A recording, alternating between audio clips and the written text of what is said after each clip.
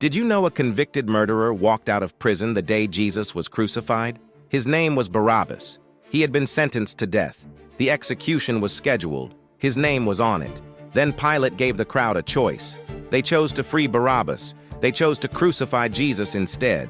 Barabbas walked out of that prison into sunlight he was never supposed to see again. He did not earn it. He did not ask for it. Someone else stepped into his chains and took his death for him. That is not just a history moment. That is your story. That is my story. We are all Barabbas. We all carry a sentence we deserved. And Jesus absorbed it, every single bit of it.